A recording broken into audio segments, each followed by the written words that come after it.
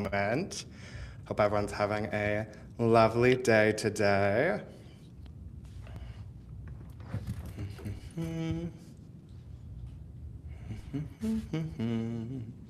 I know it's funny. It's like Instagram, LinkedIn, YouTube, making sure that everything is up and running, making sure it's all going smoothly. You know the vibe, Kelly. Yes, multi-platform over here. Absolutely. The technological perils of multi streaming. Right. It's not All easy, right, yeah. we are getting LinkedIn going here, and let's see.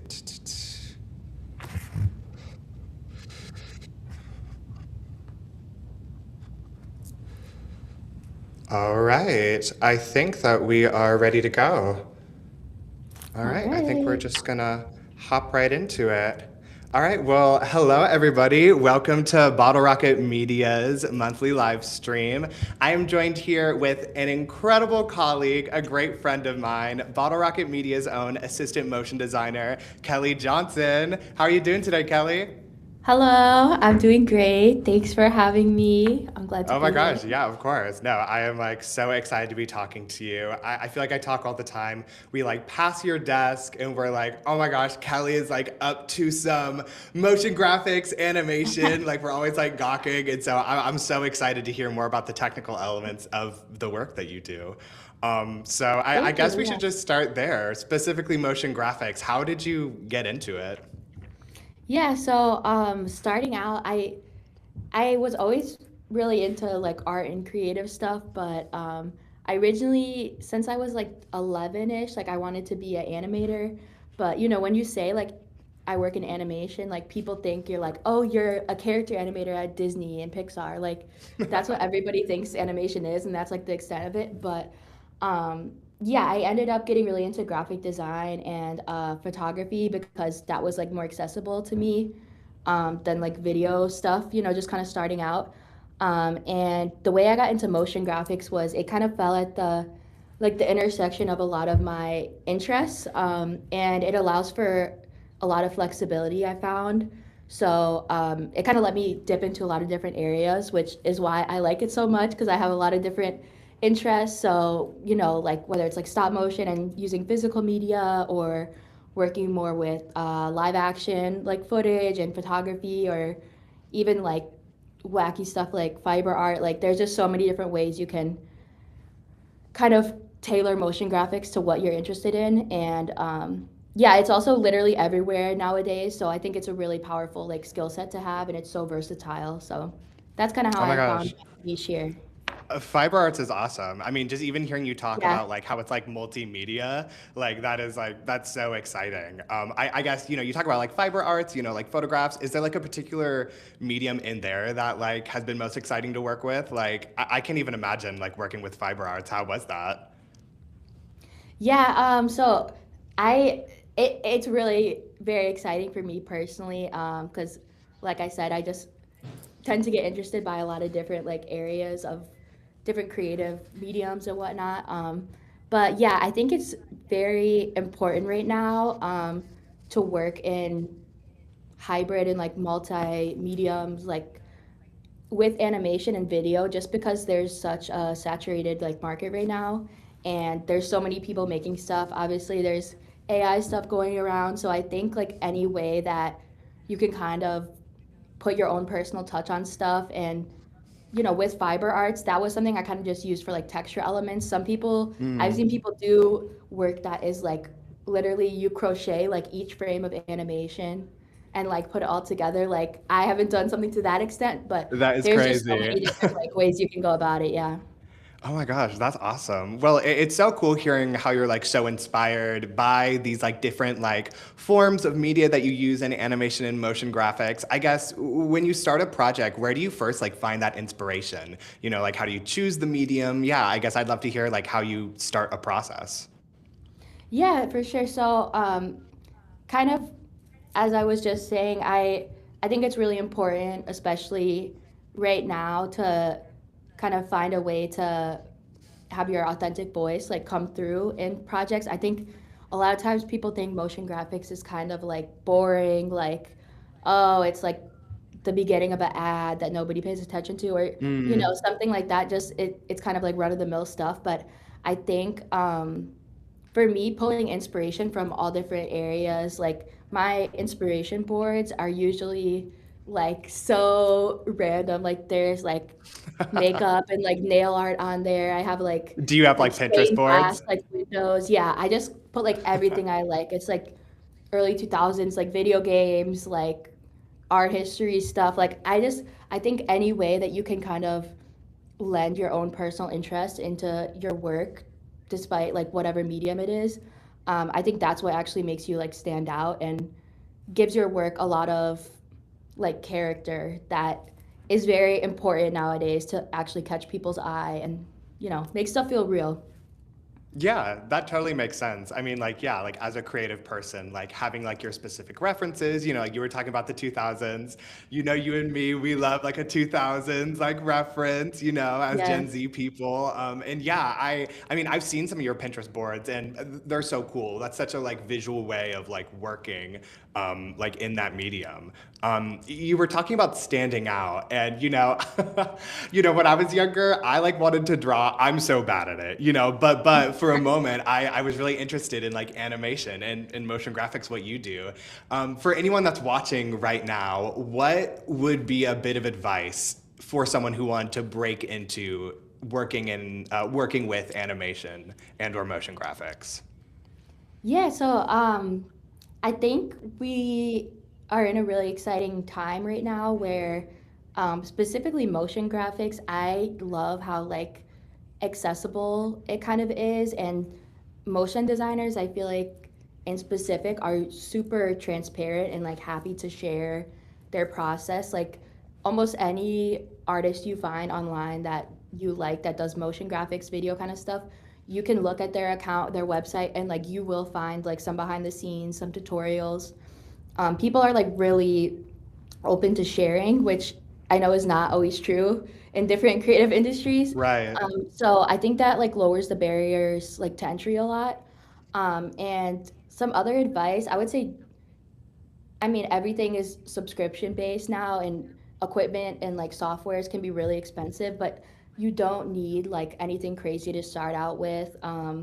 Like learned how to do like graphic design stuff like on like a iPod Touch with like a cracked screen, and it was like free or like 99-cent apps, you know. Humble Obviously, it's beginnings. yeah. Obviously, as you develop, I think the Adobe Creative Suite, After Effects, and stuff. That's all like, industry standard. But starting out, like Blender is a really great software that's free, like open source. And there's a million tutorials on like such a different variety of stuff you can find on like YouTube. TikTok has a lot of really good tutorials too. And Canva and even like CapCut are like really great, like free options to just kind of like get started with video stuff. Um, yeah, I think people think you need to have like all the top of the line software, but not necessarily. Yeah, that's awesome. And I mean, I've heard the same thing as what you're saying. Like Blender, Canva, CapCut, you hear these stories of like people making like an edit on TikTok and being like, someone saw them, like it's true. Yeah, And so that's like really cool to hear that, like you can start with these like free softwares, you don't have to like, it's nice to hear that the barrier for entry, like finance wise, it isn't like a dead set thing. yeah, I think yeah, it's definitely different than I think how things have been in the past, where like creative fields were very like you had to go to art school and be like professionally trained and stuff. I think with the internet, it's very different. And like I was saying, I guess another to go back a little, another tip I would give for people who are interested is just to pay attention to motion graphics like around you and stuff you already interact with. Like start taking notice of like in Chicago, all the CTA like train and bus stops, they have like digital billboards. There's always motion graphics on those. Like title sequences, like UI animations on like apps, like stuff you already use. Just get curious about it and kind of notice how it's integrated into stuff that you encounter all the time because it really is everywhere. That's such a good point. Yeah, you're right. Like there is someone who like makes those like motion graphics at the bus Yeah, stop, like in a movie, like right. things that we're so like accustomed to seeing, but it's like no, someone sat down and made that very Yeah. meticulously. Speaking of like projects, we've been talking so much about like how you specifically work with motion graphics, motion graphics in general. I'd love to hear from you. Is there a particular project that sticks out in your mind that you've worked on recently that you've really enjoyed, that you're feeling proud of? Yeah, so I mean, we do so much different stuff at Bottle Rocket, and we're always working with like a million clients at once. So it's really exciting. Like from one day to the next, I could be doing like something that's fully like static graphic design or like 3D motion graphics or like there. It just you never really know from one day to the next. So it's really cool. But I would say something that has stuck out to me that I've worked on recently is Drake. You're not going to be surprised because I have been talking about it nonstop. But Renee, who's one of our editors on our team, and I worked on a internal marketing project for it's our company's 15th year anniversary right now. So yeah, we did like a promotional video. It's kind of the origin story of Bottle Rocket, and we were able to convince our producers and like our higher ups to let us do it in stop motion.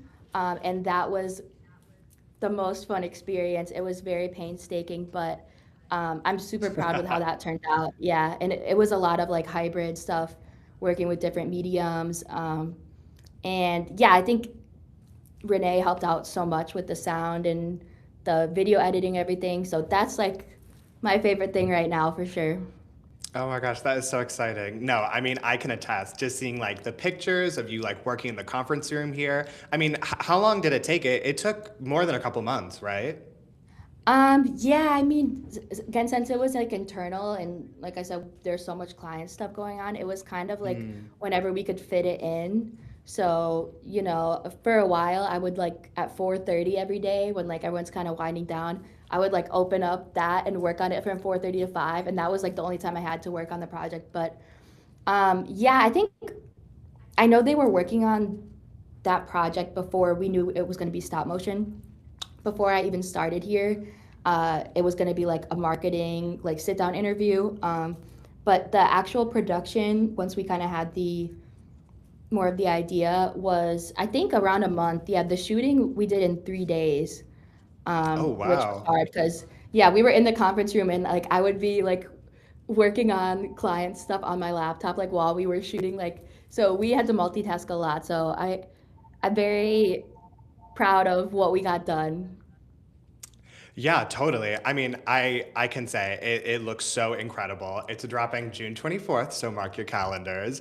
And yeah, I Yeah. mean, stop motion as an art form is just so cool. And the fact that you and Renee were able to do that like so eloquently, it like is so impressive. And so Thank that's you. you'd say the project you're most proud of right now.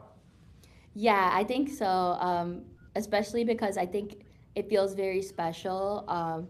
And like I said, Renee did the sound design, so the sound effects and the music, it's a very personal story. It's about our founders, Brett and Dan, and how they met and how they started and where the company has gone now. So I think there was so much technical stuff for us to figure out, but I am really happy with the emotional impact that came across in it because when you're like in the thick of it, you don't necessarily know if it's going to come across. But Right.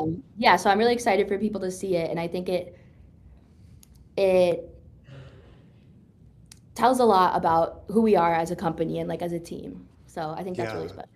Oh, that is so amazing. I know it's really such a beautiful video. And you can now say that like you did that. Like you pulled off like such a like cool, visually like stunning stop motion project. So really congratulations. We are all like Thank so you. excited to see it launch June 24th. Yes, coming soon. Yes, to your screens. Um, well, we're about to wrap up here, but Kelly, it's been so nice talking to you. Is there any last thoughts that you'd like to leave us with? Any any questions that I haven't asked you that you wish I did about motion graphics or just your time here at Bottle Rocket Media so far? Um, I think Well, one thing I was thinking about in preparation for this was just how important, I guess this also can go to people who are looking to start in this kind of creative field, is just the importance of collaboration and even like people who aren't like design or graphics people necessarily, asking people's input, like especially when you get stuck on something, getting a fresh set of eyes and like a new perspective on something is like the most useful thing. Like I Drake and the other marketing team, like they all sit right next to me, and throughout the whole day, I'm like, guys, can you look at this? And they'll be like, oh, maybe that needs to be smaller, or that should be a different color. And it's just stuff I never would have thought of. So honestly, like all of my favorite work that I've done here so far has really come from that, just like leading over and being like, hey, can you take a look at this real quick, and collaborating. So yeah, that's just one of my takeaways so far working here. Oh, well, the feeling is definitely mutual. I mean, I think I speak for the whole marketing team when I say that you're such a joy to collaborate with. Like, honestly, our like social media would not look as on brand and clean without your expertise. So you're the best, Thank you. Kelly. I appreciate that. Oh, well, I think that's about all the time that we have for today, but thank you so much for chatting with us, Kelly. I know that I've learned a lot just from talking with you today. Yeah, thanks so much for chatting with us. Yeah, thanks for having me. I'm glad we got to talk about it. And yeah, also got to plug the video coming out soon. And Yes, y'all. yeah, the Finally podcast, which is like our company podcast. Renee and I were lucky enough to be on it with Dan Fisher. He interviewed us about the whole process of doing the stop motion video. So yeah, keep an eye peeled for that. I believe that's June 30th. It's coming out. But yeah, Yes. Yep. So June 24th, we got our big 15-year anniversary video dropping on all platforms. If you have any more questions about motion graphics or video production, feel free to go to bottlerocketmedia.net and check us out there. And yeah, thanks again so much, y'all. We're going to be going live next month, so make sure to tune in. All right. Bye, y'all. all right. Have a good day. Thanks.